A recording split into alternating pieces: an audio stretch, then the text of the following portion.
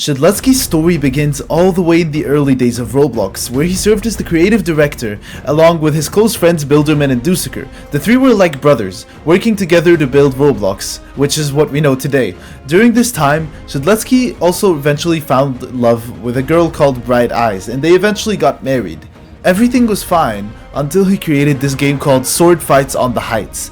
It was basically his personal achievement. It's a game that became one of the most legendary games in Roblox history. But here's where things get interesting. Shedletsky didn't just create the game, he became super obsessed with it. He even started playing under a second nickname called Telemon. He was so consumed with perfecting his sword fighting skills that he began neglecting his actual job as a Roblox admin. As Sword Fights on the Heights grew more popular, so did Shedletsky's ego. And Shedletsky's exposure to the Necrobloxicon, which is a dark curse, only made things worse, because his already existing arrogance grew even larger, and his hunger for power intensified, and both Dusekkar and Bright Eyes watched as he changed. Then the breaking point came. In a moment of selfishness, Shedletsky committed an act so bad that it literally manifested his own darkness into a physical being. 1x1x1. Think about that for a second. 1x1x1 isn't just some random hacker or an entity that popped up in Roblox. It's literally just everything that Shedletsky already hated about himself. His arrogance, his selfishness, his hunger for power and corruption, all wrapped up in a being of malice that immediately turned against its own creator. 1x1 became unstoppable. It was wielding the poisonous Venom Shank sword and corrupting everything that it touched.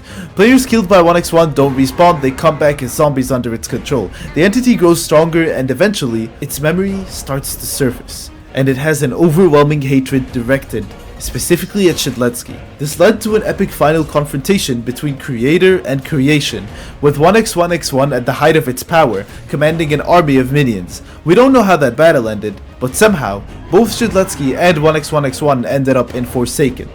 And the irony is that in Forsaken, Shedletsky completely changed. Shedletsky then formed a protective pact with Builderman and Dusekkar, where he would sacrifice himself to protect other survivors, rather than repeat his selfish past. But Shedletsky carries a terrible secret. None of the other survivors know that he created 1x1x1. He lives in constant fear that if they discovered the truth, they'd lose trust in him. The man who once let his ego consume him now hides the fact that his greatest enemy is literally his own creation. And the most haunting part is that Shedletsky doesn't even hate 1x1. He just hates what it represents. He hates the part of himself that was capable of that darkness. And when it's just the two of them left in a match, the special theme Creation of Hatred plays. So Shedletsky was just a talented Roblox admin, but his own success gave him pride, and his pride gave birth to his greatest nightmare, and now he's trying to be a hero again. Two-Time, in my opinion, is the creepiest survivor in Forsaken that seems nice on the surface, because his whole story is built around one idea, that the respawn isn't some mechanic, it's his entire religion. Two-Time was pulled into something called the Spawn Cult. It was a violent group obsessed with the spawn point symbol, convinced that if you prove your devotion, you earn a second life from their god, the Spawn. And at first, Two-Time isn't some villain, they're just fragile and lost, the kind of person that a cult can basically scoop up and reprogram.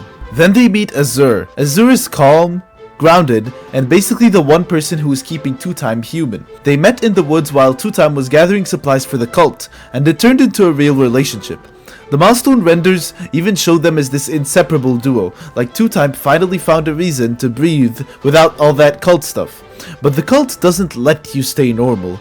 Over time, Two-Time's beliefs start rotting. They get more paranoid, more obsessed with just being worthy from the cult, and eventually the cult hands them a weapon, the Ghostfire Dagger. Two-Time shows it off like it's a cool gift, but the dagger wasn't actually a gift, it was a test. And the cult's rebirth, it doesn't come from praying, it comes from sacrificing. So in this quiet, brutal moment, Azur approaches Two-Time with roses, and Two-Time kills Azur with the dagger. Not in a fight, not by accident, but as an offering. And right after, they didn't celebrate, they broke. Two-Time is literally shown mourning over Azur's body. But the guilt doesn't save them, it festers, and the cult thinking takes over completely. That's why later you get that photo of their faces scratched out and the words glory to the spawn, like they're trying to convince themselves that it was worth it. Then comes the twist. The spawn isn't even real. Two-Time's second life, the whole thing that they murdered for, was actually granted by the Spectre, using their devotion like a leash. That's why 2-Time wakes up in the Forsaken world with the power that they wanted, but it's not divine, it's just them being manipulated. And Azur, the Spectre takes that resentment and shapes it into something worse. An upcoming killer, which is fueled by hatred. So now 2-Time's gameplay is literally his own punishment, sneaking and stabbing and trying to earn his rebirth again, forever reenacting the very worst mistake that he did. But the secret of 2-Time is that the second life didn't save 2-Time, it just made his guilt last even longer. Guest 1337 is basically the shield of Forsaken, because his entire life was built around only one thing: taking the hit so somebody else doesn't have to. He was born into a world where being a guest wasn't just rare, it was being a target. The Bacon Empire was constantly wiping guests out, and while other kids were worried about things like school, Guest 1337 grew up worrying about not getting killed. And then the worst moment happened on a playground. The Bacon General, which is the dictator of the Bacon Empire, guns down Guest's parent right in front of his face. The only reason Guest survives is because he was hiding. That's it, he was just lucky once and now he's left alone in a world that wanted his entire race gone. After that, he's thrown into an orphanage, but this is where his story gets its human side. He meets Daisy, who later becomes the love of his life, and Matt becomes his brother in arms. Matt is the one who stands up to people and protects them. The three of them basically grow up clinging to each other, just trying to live a normal life while everything outside is chaos. And fast forward a few years later, Guest and Daisy are married. They even have a child.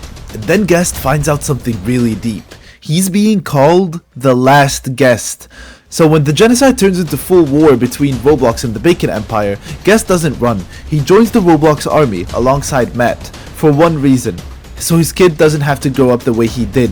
Then comes the battle that defined him.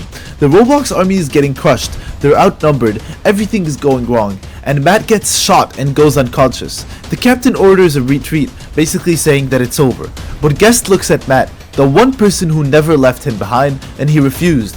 He tries to wake Matt up, but he can't, and that's when he locks in, and he remembers the words that his parents told him: be strong, always be strong. So he does the stupidest and bravest thing possible.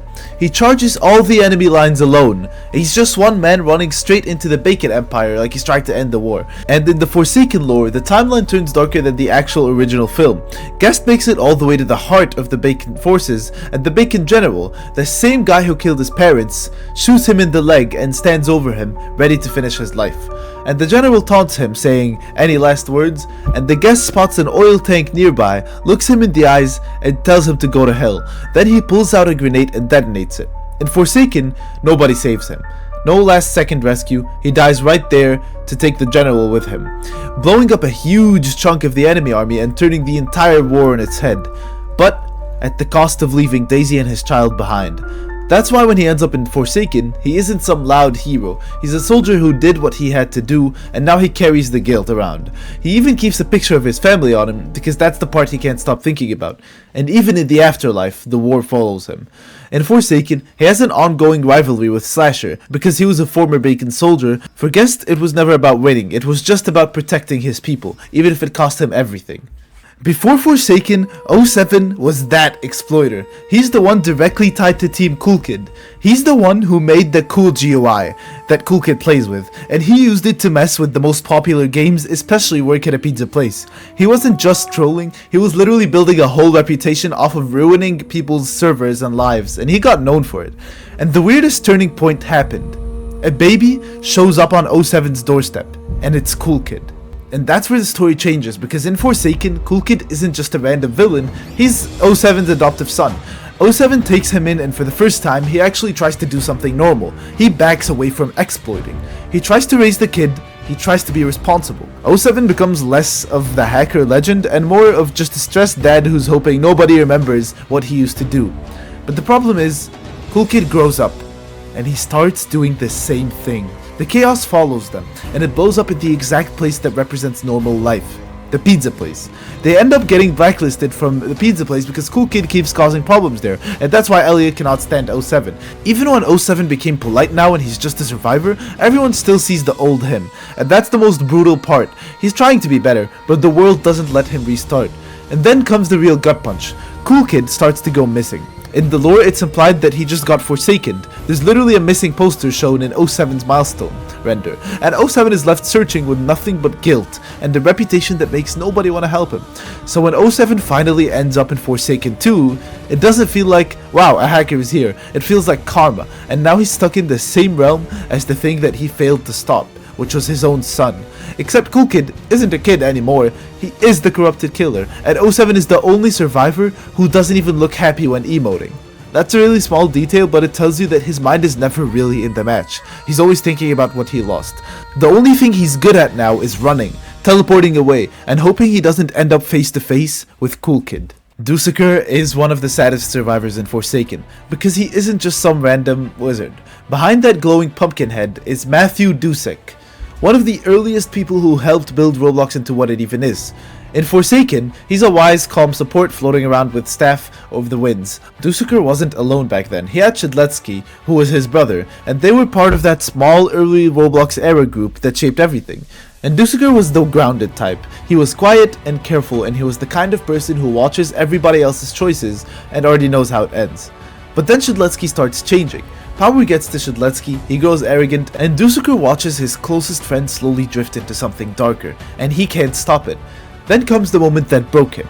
At some point, Dusekkar and Shedletsky run into the worst possible enemy, 1x1x1x1, and it isn't a cool boss fight moment, it's like a literal ambush, and Shedletsky goes down.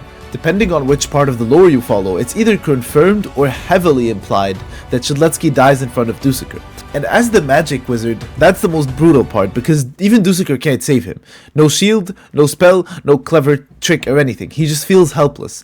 Dusekkar refuses to accept his pure grief, so he does something desperate. He tries to use spawn magic, the idea that you can call somebody back, like respawning, is more than just a game mechanic. He sets up a ritual in the Sword Fights of the Heights arena, basically gambling everything on just one chance to bring Shedletsky back. And it's not a selfish I want my friend back thing. The lore straight up implies Dusekkar is willing to trade his own life if it means Shedletsky returns. But it failed. He never felt so incapable as he did Dusekkar Forsaken, because he didn't just lose his friend, he lost the one thing he needed most, proof that he could fix the problem.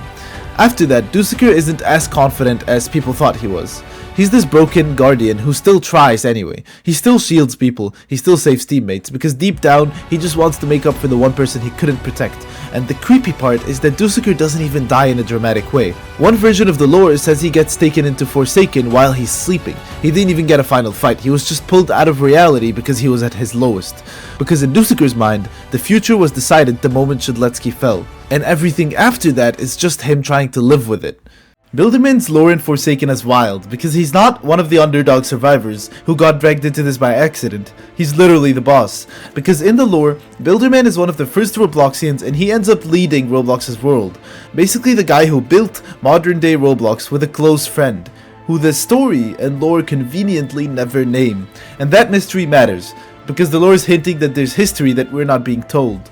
What makes Builderman funny is the contrast, because he's insanely powerful and insanely wealthy in the story, but he's also known for being humble. He's not the type to flex, he just quietly fixes things and keeps things stable. And then Forsaken happens, and suddenly, that same guy is stuck building makeshift defenses in a nightmare realm. We don't have a clean answer for how he ended up in Forsaken, it's straight up unknown. The wiki suggests though that he was taken before some big war, which some people connect to the guest war, and even the question of who replaced him back home is unclear. So you've got the leader of Roblox just gone. No explanation, no closure, he's just stuck in Forsaken. And there's also a small detail in the old description that says if you bring up the Bandlands, he gets mad and walks away. He doesn't want you to ask about things, which is funny but also makes it feel like something happened that he refuses to talk about. Builderman's story ties with a bunch of other characters, and he has the pact with Shedletsky that we already know about, which is basically a promise to protect survivors at all costs. And it's implied that Dusekkar is part of that same circle too, so Builderman is stuck dropping sentries and dispensers in the game because that's his personality, and he's still doing what he always did before. But the dark part is that the lore sets up Doombringer as an admin who thinks the others, including Builderman, are corrupt and too soft on the people who break rules. And that resentment might have gone way further than just arguing, because there's art showing Builderman trapped in a cage like he got taken out. The game doesn't fully confirm it yet, but they imply it. And Builderman is also the one who created John Doe and Jane Doe. He wonders why they disappeared for so long. But just like Shedletsky, he ended up creating a monster in the same world that he's trapped in.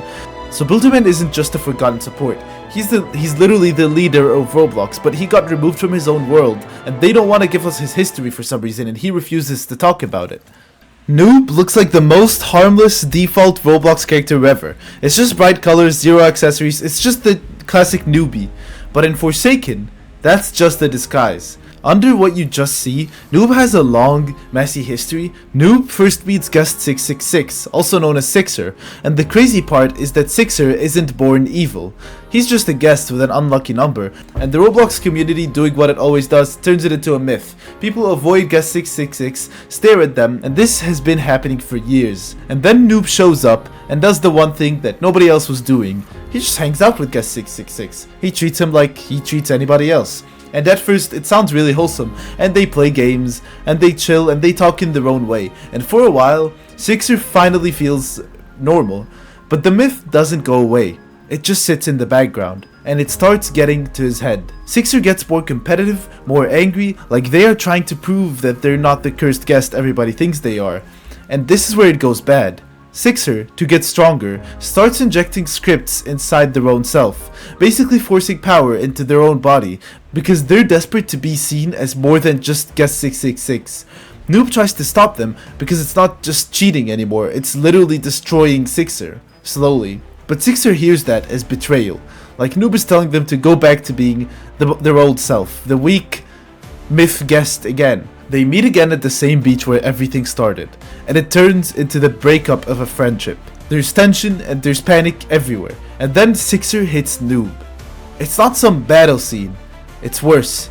It's one of those moments that's sudden, and you instantly know nothing is going back to the same as it was. Noob gets up, shaken, and basically cuts Sixer off. Sixer tries to call out, but their voice is too corrupted to even speak properly anymore. After that, Noob tries to move on. He gets new friends, new games, and he acts normal again. But mentally, he never leaves that beach. They write an apology letter, but he never sends it. The guilt of leaving guest just lives in his head non-stop, until Forsaken becomes the place that guilt turns into. Noob doesn't randomly get taken, they end up in Forsaken because they can't let go of what happened. Meanwhile, Sixer gets pulled even deeper. The Spectre starts taking everything that Sixer already feels, the loneliness and the rage, and twists it into one belief for guest. Noob abandoned you. So Sixer wanders this maze, losing themselves more and more and more, and that's where the tragedy hits. Noob is there, basically begging for forgiveness, but Sixer can't even hear it. They're trapped in the worst version of the story in their head. And eventually, Sixer becomes fully convinced that Noob is the enemy, and eventually, he becomes the monster that you see in Forsaken. Chances lore is what happens when someone has too much money and still decides that the only way to feel alive is to gamble with their own life. Because on paper, Chance had everything: wealth, influence, and connections. The kind that even reach into the black market for deals that most people don't even know exist. But the problem is, having everything was boring to him, because he wasn't addicted to the prize, he was addicted to the rush of winning, the windscreen, the risk, the moment where it could all go wrong. And he genuinely believed that his whole life was that some divine force was on his side, this lady luck he talks about. Like he was chosen to always land on the right outcome no matter how bad it got. If he lost a fortune, he would laugh it off, because in his head, he'd win it back tenfold. And for a long time, he did. But that addiction eventually points him straight at the worst possible place to feed it: a casino run by a mafia family called the Sonolinos. Now these aren't random criminals, this is an actual organized family led by Don Sonolino, better known as Mafioso. Yeah, that Mafioso, the cool kid skin. Chance used to be a regular there, and at first it was all smooth. He had money, they had games, everyone respected each other. Until Chance did what Chance always does. He pushed it too far. He ends up winning a game that was rigged against him. And instead of taking the win and playing it safe, he steals the grand prize money and walks out like he just beat the system. In that one move, he didn't just take cash, he embarrassed them. And with the Sonolinos, that's not something you pay back with an apology. That's when the manhunt started. Mafioso puts a lethal bounty on him, and suddenly Chance experiences something he's basically never felt before: real fear. Not I might lose this round fear, like actual I'm not gonna make it home tonight. So he goes on the run, still trying to keep his market alive, still trading, still moving money, still acting like he is in control, and that's where he meets the second problem in his life. Eye-trapped. Chance sees Eye-trapped as a friend, maybe even the only real friend he's had, because his arrogance pushed everybody else away. But Eye-trapped wasn't even a friend, he's a scammer with an agenda. His old partners got banned, and he's desperate to find a way to free them. And Chance, with all his resources and connections, is basically the perfect tool for him.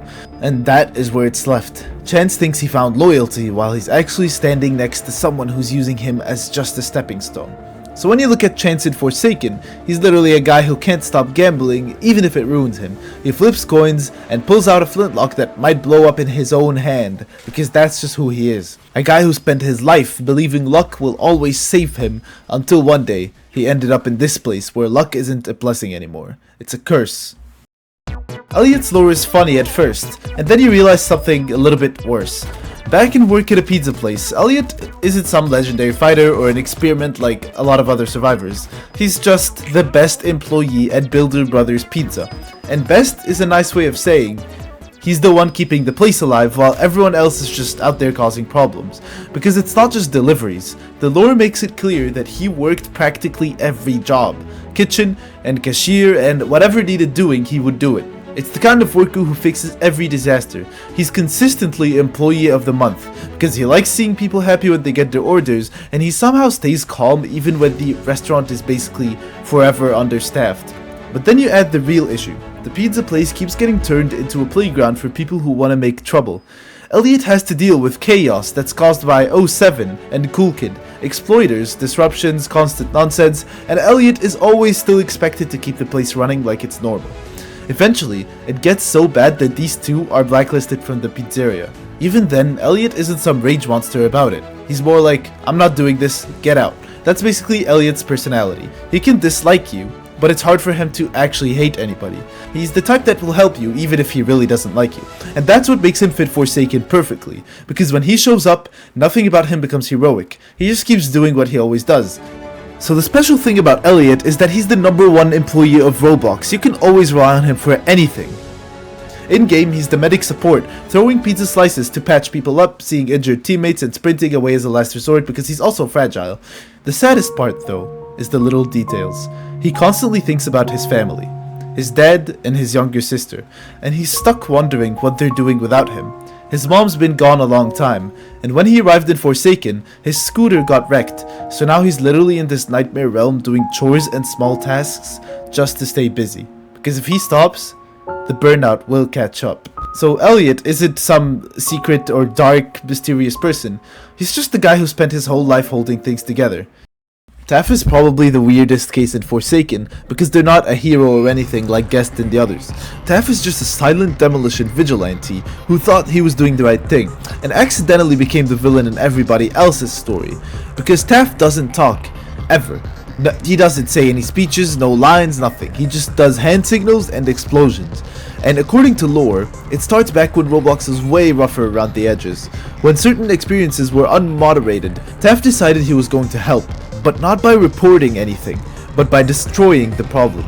Taph looked up to the Roblox admins, especially Builderman, in a parasocial way, like he genuinely believed Builderman saw him as a second in command. He wasn't officially hired, he didn't have a badge, he didn't get credit, but he acted like he was carrying Roblox on his back.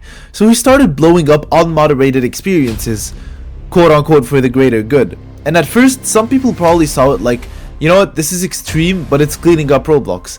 But the truth hits. Taph's demolitions weren't clean. They didn't just erase places. They caused collateral damage. Innocent NPCs, sentient ones, got caught in it. And Taph didn't even seem to care. Like he was so locked onto the mission that anything in the way didn't even count. Until everyone found out. Once it got exposed that innocent people were dying in these demolitions, the public turned on Taph instantly. Protests started, outrage started spreading, and now Taph isn't the helper of the admins anymore. He's seen as a dangerous vigilante with explosives and zero accountability. So what happens when a mute demolitionist becomes the most hated person ever? He doesn't defend himself, he doesn't explain, he doesn't apologize, he just disappears. And when people come looking, They find Taph barricaded inside his own home, rigged with traps like he's expecting a raid any second. At that point, it's not even about being a hero, it's paranoia and survival and regret. Because later on, Taph does begin showing guilt, basically admitting that he didn't mean to kill them. But by then it's too late, the world already chose what they see Taph as. And then came the biggest mystery. We don't know how Taph ends up in Forsaken. There is no death. There is no like, this is the moment. He's just gone from Roblox and then suddenly he's here. And in Forsaken his whole identity flips. The same person who used to destroy experiences now uses that mindset just to protect survivors. But still in the only way he knows how, traps.